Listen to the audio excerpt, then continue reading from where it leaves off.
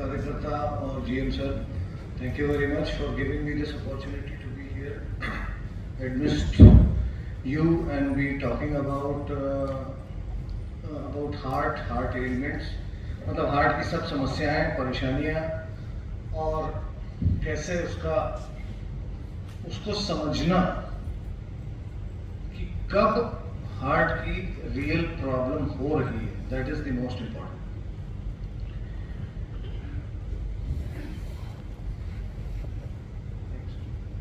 Technical हो जाएंगे तो उससे आम जनता को जो लोग सुनने आए हैं उनको समझने के लिए बिल्कुल मैं ग्राउंड लेवल पे उतर के आपको समझाने की कोशिश करूँ। तो मैं अपना हर टॉक अपने माता पिता को याद करे बिना करता नहीं होता। फिर ये दरवाजा बंद होता है, फिर दूसरा दरवाजा खुलता है, इधर जब पंप करता है हार्ट फेफड़े में तो पल्मोनरी वाल्व खुलता है, सब दरवाजे होते हैं। तो वैल्व्स दरवाजे की तरह काम करते हैं। 4 वैल्व्स होते हैं, बाईं तरफ हार्ट और दाईं तरफ हार्ट। ये मैं आपको बताना चाहता हूँ।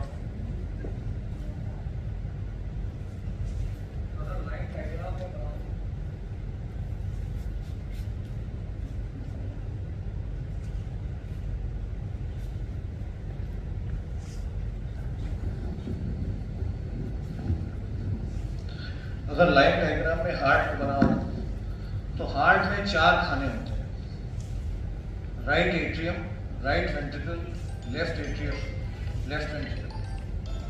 थोड़ा मुश्किल होगा आप लोगों के लिए, लेकिन ये बहुत अहम है, बहुत इंपॉर्टेंट है। कभी जिंदगी में दोबारा कभी कोई नहीं समझाएगा। पूरा शरीर का खून 2 बड़ी नसों से, सुपीरियर वेना केवा और इंफीरियर वेना केवा से राइट अपर चेंबर में आता है वापस। और ये खून काला, अशुद्ध, डार्क, इम्प्योर, डीऑक्सीनेटेड ब्लड होता है। ये वो खून होता है जो शरीर के हर कोश, जैसे कार मोटरसाइकिल डीजल पेट्रोल पे चलते हैं, शरीर का हर कोश ऑक्सीजन पे काम करता है। और ऑक्सीजन मिलने पे हर सेल काम करता है, हर सेल अपना का मेटाबॉलिज्म होता है। और मेटाबॉलिज्म के बाद एंड प्रोडक्ट ऑफ मेटाबॉलिज्म केवल 2 चीज होती है, एनर्जी एटीपी के फॉर्म में, और एंड प्रोडक्ट जो वेस्ट होता है वो है कार्बन डाइऑक्साइड गैस। तो जैसे ही सेल्स को एनर्जी मिलती है, सेल्स काम करना चालू करते हैं, कोश जुड़ के टिश्यू बनाते हैं, टिश्यू जुड़ के ऑर्गन बनाते हैं, और जो ऑर्गन जो एक तरफा काम करते हैं उसको ऑर्गन सिस्टम कहते हैं। और ऐसे ही हमारा पूरा शरीर चलता है। Nervous system, respiratory system, cardiovascular system, digestive system, excretory system, reproductive system, musculoskeletal, genital urinary और special senses, eyes, ears, nose, skin. लेकिन सबके सबका कॉमन पॉइंट यही है, कार्बन डाइऑक्साइड का प्रोडक्शन और एनर्जी रिलीज। ये कार्बन डाइऑक्साइड टिश्यू लेवल पे इकट्ठा रहती है। जो खून अपना ऑक्सीजन कोशों को देता है काम करने के लिए, वही खून ये कार्बन डाइऑक्साइड को एब्जॉर्ब कर लेता है। तो ऑक्सीजन रहित और कार्बन डाइऑक्साइड रिच खून को डार्क इम्प्योर डीऑक्साइड। ये पूरा ब्लड राइट अपर चेंबर में 2 बड़ी नसों से पहुंचता है, सुपीरियर वेना केवा और इंफीरियर वेना केवा से। दिमाग, छाती और ऊपर वाली भुजा से सुपीरियर वेना केवा से, और पेट और पैर से इंफीरियर वेना केवा से। यहाँ से ये राइट पंपिंग चेंबर में फेफड़े की नाली में पंप हो जाता है। बाएं और दाएं फेफड़े में काला अशुद्ध खून पंप होता है। फेफड़े में केवल 2 चीजें हैं, ये बड़ा इंपॉर्टेंट है समझने के लिए।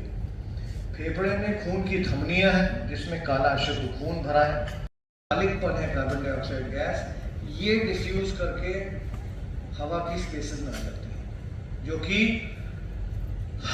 सांस छोड़ के हम शरीर से बाहर निकाल देते हैं। तो द एक्ट ऑफ इंस्पिरेशन, सांस लेने की क्रिया से खून का शुद्धिकरण होता है, और सांस छोड़ने की क्रिया से जैसे शरीर का जो वेस्ट गैस है कार्बन डाइऑक्साइड वो बाहर निकलती है। तो जैसे मल और मूत्र बाहर निकलता है, वैसे कार्बन डाइऑक्साइड गैस सांस छोड़ने की क्रिया से। अब जो शुद्ध खून है वो 2 बड़ी नसों से, बाएं फेफड़े से और 2 बड़ी नसों से दाएं फेफड़े से बाएं ऊपर वाले खाने में आता है, यहाँ से बाएं पंपिंग चेंबर में जाता है, और मेन नली एओर्टा में पंप हो जाता है। ये रिस्पॉन्सिबल होता है पूरे शरीर के हर कोश तक ऑक्सीजन को, हर कोश को ऑक्सीजन पहुंचाने का कारण। तो लेफ्ट वेंट्रिकल को पूरे शरीर के कोशों तक ऑक्सीजन पहुंचानी होती है। दैट इज व्हाई इसको हमारा मेन पंपिंग ऑर्गन या पंपिंग चेंबर कहते हैं ऑफ द 4 चेंबर्स। तो पहली चीज तो ये याद रखने वाली है कि चारों चेंबर में सबसे इंपॉर्टेंट चेंबर क्या है। अरे भाई बाईपास हुआ तो बाईपास किसका हुआ, लेफ्ट वेंट्रिकल का हुआ कि राइट वेंट्रिकल। हम तो बड़े उससे पूछते कि अच्छा भाई बताओ किस चीज का बाईपास हो रहा है, दाईं साइड हार्ट का हो रहा है कि बाई साइड, किसी को कुछ नहीं हुआ। तो ट्राई टू अंडरस्टैंड, कोई भी चीज जो होती है ना वो लेफ्ट वेंट्रिकल की होती है, राइट की नहीं होती। क्यों? क्योंकि राइट पंपिंग चेंबर को केवल फेफड़ों में खून पंप करना है। फेफड़े बिल्कुल स्पंज की तरह है, कोई रुकावट नहीं, रेजिस्टेंस जिसको हम टेक्निकल टर्म्स में पल्मोनरी वैस्कुलर रेजिस्टेंस कहते हैं। तो पल्मोनरी वैस्कुलर रेजिस्टेंस बहुत कम होता है। इसको केवल 20 से 25 मिलीमीटर मर्क्यूरी प्रेशर जनरेट करना पड़ता है to push the whole body blood into the lungs. लेकिन लेफ्ट वेंट्रिकल को इसका 5 गुना फोर्स लगाना पड़ता है to push the whole blood, क्योंकि लेफ्ट वेंट्रिकल को पूरे शरीर के सिस्टमिक वैस्कुलर रेजिस्टेंस के अगेंस्ट काम करना पड़ता है। तो लेफ्ट वेंट्रिकल प्रेशर जनरेट करता है 120 से 130 और राइट वेंट्रिकल प्रेशर जनरेट करता है 25 से 30।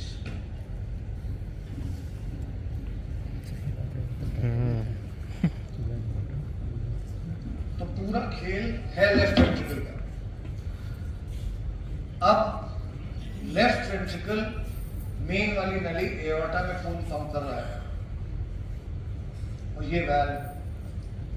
तो जब लेफ्ट वेंट्रिकल ही सबसे इंपॉर्टेंट चेंबर है तो लेफ्ट वेंट्रिकल की पेशियां जो कि पंप कर रही हैं उसकी सप्लाई क्या है, ये सेकंड स्टेप जानने की। तो जब लेफ्ट वेंट्रिकल ब्लड पंप करता है तो एल्वी एओर्टिक जंक्शन पे एक नस निकलती है लेफ्ट साइड से जो कि 1 से 3 सेंटीमीटर में डिवाइड हो जाती है और दूसरी नस निकलती है राइट साइड से जो कि 2 पोर्शंस में डिवाइड होती है।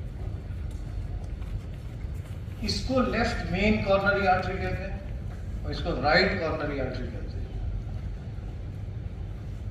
ये जो लेफ्ट मेन कॉर्नरी 1 से 3 सेंटीमीटर के बाद इंडिविजुअल अलग अलग आदमियों में और औरतों में अलग अलग होता है। ये 2 में डिवाइड होती है, एक सामने की एलएडी और ये लेफ्ट सर्कमफ्लेक्स और ये राइट।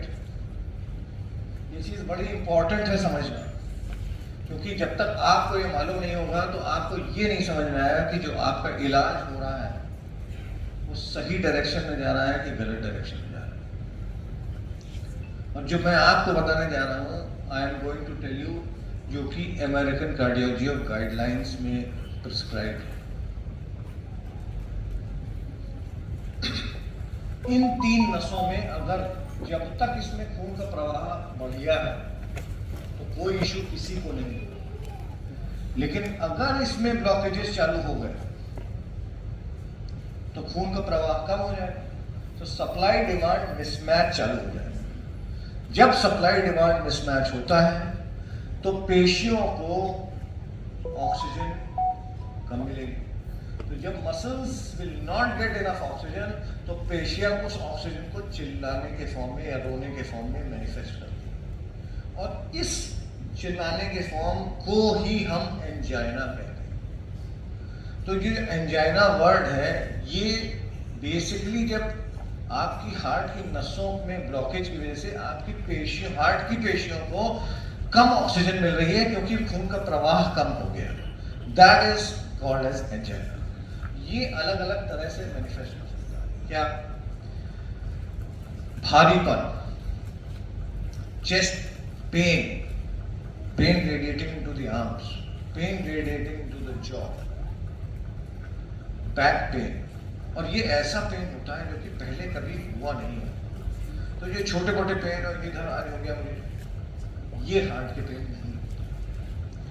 हार्ट के पेन ऐसे पेन होते हैं जो आपको दहला, और एक चीज याद रखिए, यहाँ बहुत सी फीमेल्स भी हैं, लोग हमेशा हमसे पूछते हैं कि मेल और फीमेल में साहब किसको रिस्क ज्यादा है, किसको रिस्क कम है। तो वो अभी मैं आपको बाद में बताऊंगा कि क्या रिस्क फैक्टर्स हैं, उसको कैसे ठीक करना है। पहले तो कारण मालूम होना चाहिए। तो कारण मालूम होता है कि यहाँ हार्ट की नसों की जो लेयर्स है इसमें एथ्रोमेटस कोलेस्ट्रॉल प्लाक जमा होता है। अब चेस्ट पेन हुआ, आप गए डॉक्टर के पास, डॉक्टर ने कहा कि साहब अच्छा ईसीजी करिए। आप फिजिशियन के पास गए, उन्होंने कहा नहीं आप ईसीजी करिए, अरे ईसीजी नॉर्मल है, घर चले आए। नहीं, यही सब लोग गलत है। आजकल ये प्रमाणित है कि जो हार्ट अटैक होता है ये दो तरह का होता है। ये टेक्निकल है लेकिन तब भी आपको समझना है। मतलब वो हार्ट अटैक जिसमें ईसीजी में चेंजेस आ रहे हैं, तो अगर ईसीजी करा और ईसीजी में चेंजेस आए, वो आपको कार्डियोलॉजिस्ट के पास भेज देगा। कार्डियोलॉजिस्ट आपका उसी समय एंजियो करेगा और एंजियो में आपको पता लग जाएगा क्या है। लेकिन बहुत से ऐसे हार्ट अटैक होते हैं जिसमें कि एसटी एलिवेशन एमआई, जिसमें ईसीजी में चेंजेस आएंगे, और एक होता है जिसको नॉन एसटी एलिवेशन एमआई कहते हैं। So non ST elevation MI में ईसीजी नॉर्मल होता है। तो कृपया करके अगर आपको तकलीफ हो रही है, घबराहट हो रही है, तो केवल ईसीजी से नहीं संतुष्ट होइए। एक ब्लड टेस्ट करिए जिसका नाम होता है ट्रोपोनिन ट्रॉप आई। बहुत ही सेंसिटिव टेस्ट है, ब्लड टेस्ट है, 2 घंटे में पता लग जाता है। क्योंकि अगर नॉन एसटी एलिवेशन एमआई है तो आप ट्रीटमेंट से वंचित रह जाएंगे। अगर आपने ट्रोपोनिन आई और ईसीजी करा, अगर दोनों नेगेटिव तब ठीक है। और ये होता किस में? नेक्स्ट स्लाइड,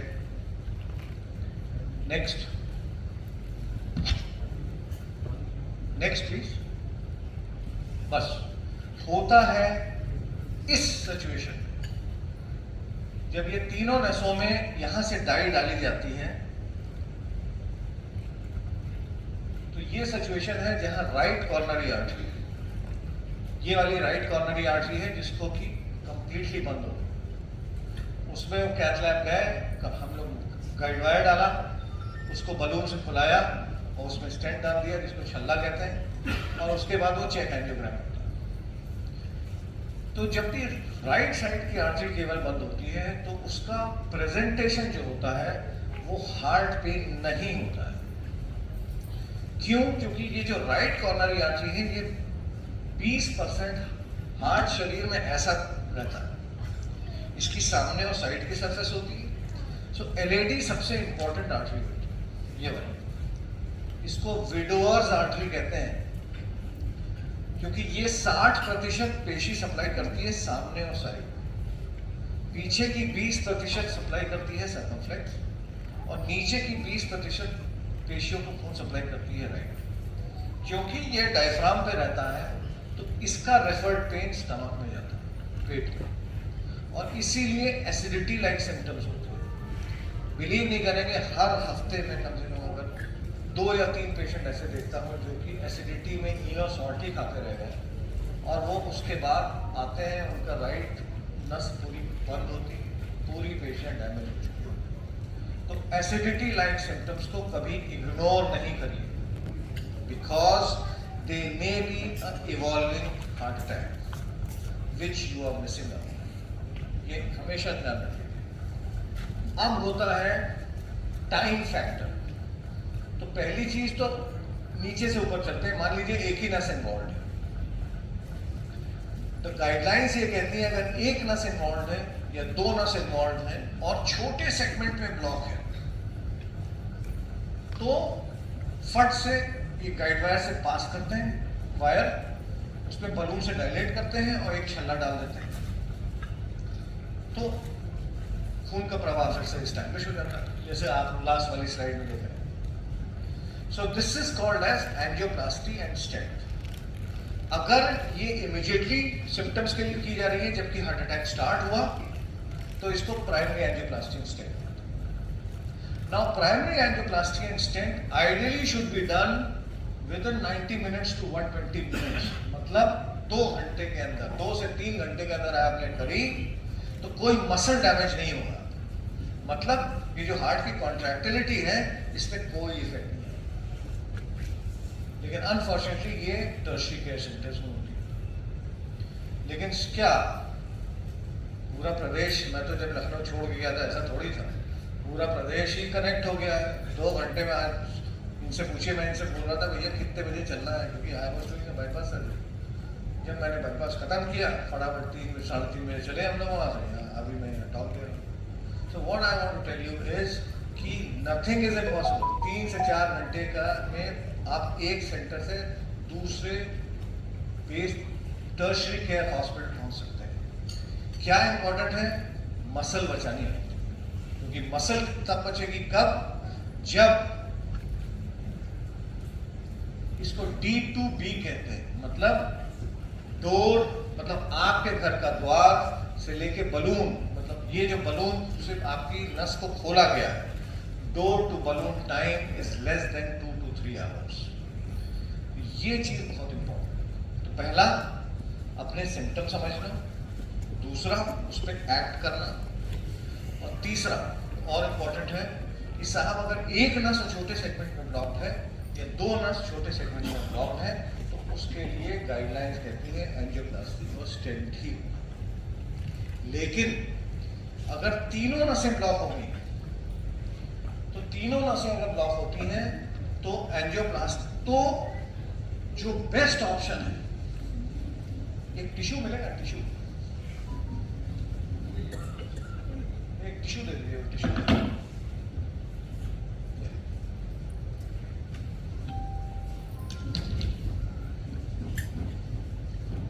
तो जब तीनों नसें ब्लॉक्ड हैं तो जो बेस्ट ऑप्शन है